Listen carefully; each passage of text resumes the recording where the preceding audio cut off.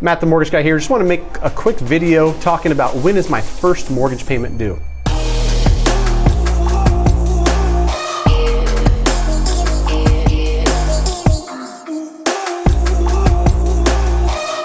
This is a good, important question that got posed to me, and especially if you're a first-time buyer and you're trying to time things, you're putting in your 30-day notice on your current apartment, you want to know, we're going to close on this house on December 17th. When is my first payment due?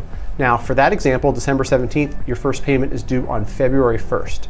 And with a December closing, no matter whether it's December 1st or December 31st, your first payment is going to be due February 1.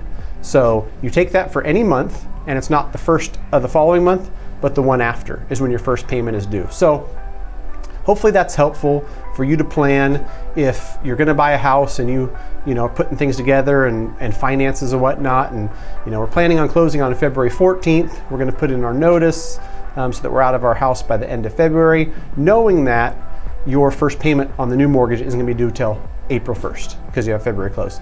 Any questions at all, please feel free, call or text. Even if you're not in California and I can't personally originate a loan for you, I'm happy to answer any questions.